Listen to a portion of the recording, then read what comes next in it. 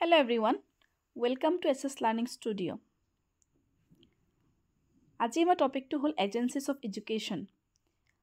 আমি আজি 5টা এজেঞ্চিছৰ বিষয়ে আমি আলোচনা কৰিম। Home, school, peer groups, community and mass media.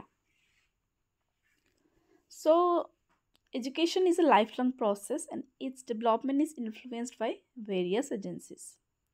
These agencies help in shaping an individual's personality, values, skills, and social behavior. যে আমাৰ শিক্ষা সংস্থা আৰু তেওঁলোকৰ ভূমিকা মানৱ জীৱনৰ এক জীৱনজোৰা প্ৰক্ৰিয়া। আমাৰ জীৱনত যিটো শিক্ষাৰ দ্বাৰা যিটো আমাৰ বিকাশ হয় সেই বিভিন্ন সংস্থাৰ দ্বাৰাহে প্ৰভাৱিত হয়। এই সংস্থাসমূহে অৰ্থাৎ এই এজেঞ্চিছবোৰে এজন ব্যক্তিৰ ব্যক্তিত্ব, মূল্যবোধ, লগতে দক্ষতা, সামাজিক আচৰণ, সেই মানুহজনৰ নিৰ্দিষ্ট কাৰ্যকলাপ, আনৰ প্ৰতি থকা সৎব্যৱহাৰ, কোনো এটা বস্তুৰ প্ৰতি থকা গুৰুত্ব, সেই গোটেইখিনি বস্তুৱে আমাৰ শিক্ষণ প্ৰক্ৰিয়াৰ দ্বাৰা প্ৰভাৱিত হয়। তাৰে ভিতৰত যে 5টা আমাৰ মূল সংস্থা অৰ্থাৎ এজেঞ্চিছ আছে, সেইকেইটা হ'ল যে এডুকেশ্যন, যিকেইটা আমাৰ হ'ল যে হোম অৰ্থাৎ আমাৰ যিটো ঘৰ বা আমাৰ যিটো পৰিয়াল। দ্বিতীয়টো হ'ল স্কুল, যিটো আমাৰ বিদ্যালয়, পিয়াৰ গ্ৰুপছ, আমাৰ সমনীয়া যিটো আছে সমনীয়া গোট, কমিউনিটি অৰ্থাৎ যিটো আমাৰ সামূহিক সম্প্ৰদায় আছে সেইটো, আৰু লগতে মাছ মিডিয়া অৰ্থাৎ গণমাধ্যম। গতিকে আমাৰ যিটো প্ৰথম এজেঞ্চি আছে অৰ্থাৎ প্ৰথম যিটো আমাৰ সংস্থা আছে সেইটো হ'ল আমাৰ ঘৰ অৰ্থাৎ পৰিয়াল। ই মানুহৰ জীৱনত শিক্ষাৰ ক্ষেত্ৰত কি ধৰণৰ ভূমিকা পালন কৰে আমি তাৰ বিষয়ে আলোচনা কৰোঁ। So first হ'ল home or family. Home or family as an agency of education. So the home is the primary and most influential agency of education. যে ঘৰ হৈছে শিক্ষাৰ প্ৰাথমিক আৰু আটাইতকৈ প্ৰভাৱশালী মাধ্যম। এই ঘৰৰ নিৰ্দিষ্ট ভূমিকা আছে, যেনে প্ৰথমটো হ'ল যে ফাউণ্ডেশ্যন অফ পাৰ্চনেলিটি ডেভেলপমেণ্ট, ব্যক্তিত্ব বিকাশৰ ক্ষেত্ৰত যিটো ভেটি স্বৰূপ হৈছে আমাৰ ঘৰ। Moral values, attitudes, manners and habits are first learn at home. যে নৈতিক মূল্যবোধ, দৃষ্টিভংগী, আচৰণ আৰু অভ্যাস প্ৰথমে ঘৰত শিকা হয়। লেংগুৱেজ ডেভেলপমেণ্ট, ভাষাৰ বিকাশ। চিলড্ৰেন লাৰ্ণ দেয়াৰ মাদাৰ টাং and communication skill at home. যে শিশুৱে প্ৰথমে ঘৰত নিজৰ মাতৃভাষাৰ যোগেদিহে নিজৰ ভাৱ আদান প্ৰদান কৰে, অৰ্থাৎ মাতৃভাষা আৰু যোগাযোগৰ যিটো দক্ষতা সেয়া আয়ত্ত কৰে। Emotional support provides love, care and security and emotional stability. যে আৱেগৰ যিটো আৱেগিক সমৰ্থন সেয়াও ঘৰৰ পৰাই পায় বা পৰিয়ালৰ পৰা মানুহৰ দ্বাৰাই পায়। যে provides love, care, security and emotional stability. মৰম, যত্ন, নিৰাপত্তা আৰু আৱেগিক সুস্থিৰতা প্ৰদান কৰে। ছ'চিয়েলাইজেশ্যন, যে ঘৰৰ পৰাই এটা শিশুৱে সামাজিকৰণ কেনেকৈ হ'ব লাগে সেয়া গুণটো আয়ত্ত কৰিব পাৰে। Children learn social norms, behaviour and cooperation and discipline. শিশুৱে সামাজিক নিয়ম, আচৰণ, সহযোগিতা আৰু অনুশাসন শিকিবলৈ পায়। কালচাৰেল ট্ৰান্সমিশ্যন, সাংস্কৃতিক যিটো প্ৰেৰণ আছে, traditions, customs and cultural practices are passed from one generation to another generation. পৰম্পৰা, ৰীতি নীতি আৰু যিবিলাক সাংস্কৃতিক অনুশীলন আছে এটা প্ৰজন্মৰ পৰা আন এটা প্ৰজন্মলৈ এখন পৰিয়ালতহে হস্তান্তৰিত হৈ থাকে। Learning environment, parents influence academic motivation and study habits.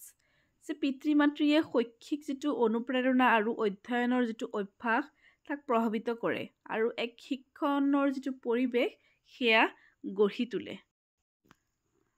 So next হ'ল school.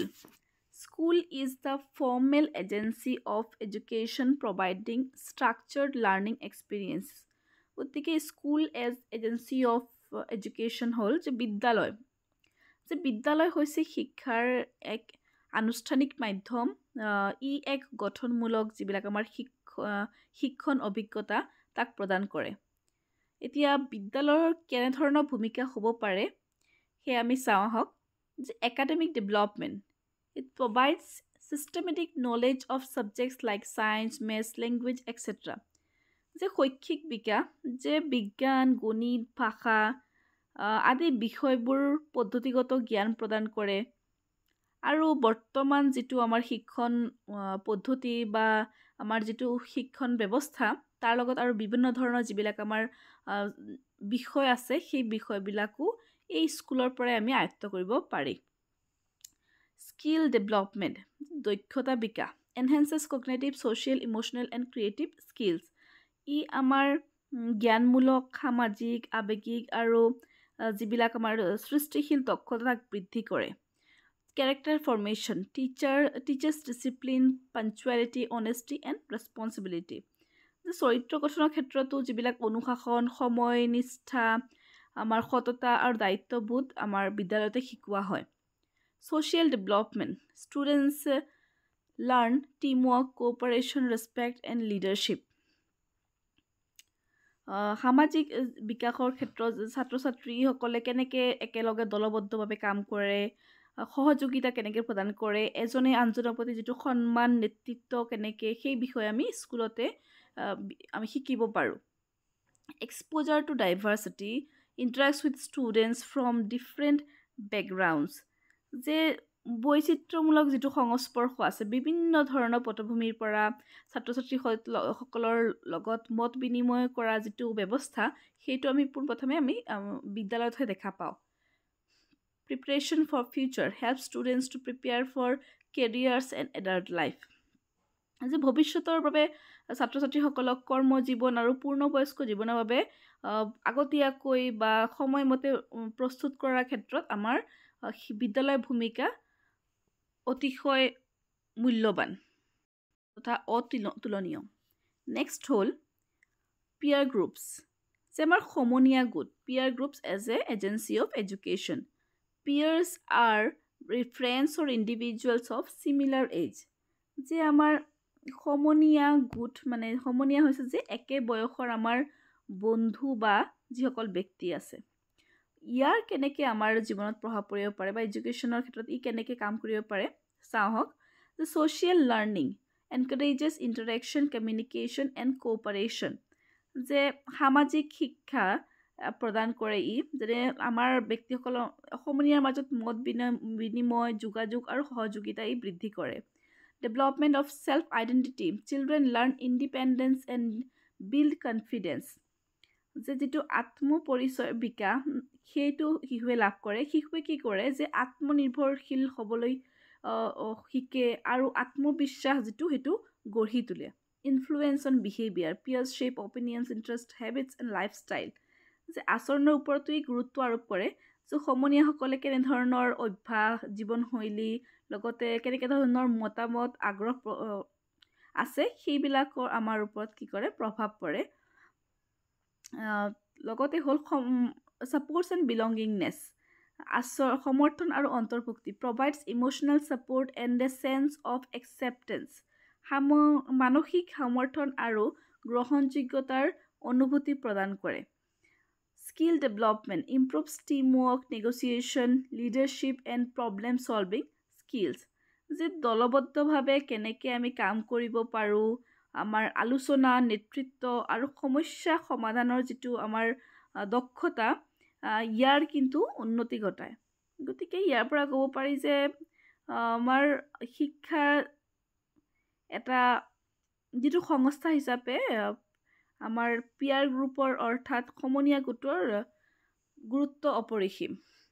নেক্সট হ'ল community. The community is the wider social environment in which an individual lives. যে এটা সম্প্ৰদায় হৈছে যে এক বহল সামাজিক পৰিৱেশ য'ত এজন ব্যক্তিয়ে বাস কৰে। ৰোলছ অফ কমিউনিটি, সম্প্ৰদায়ৰ ভূমিকা কেনেকুৱা ধৰণৰ? Practical learning provides real life experiences, local knowledge and cultural understanding.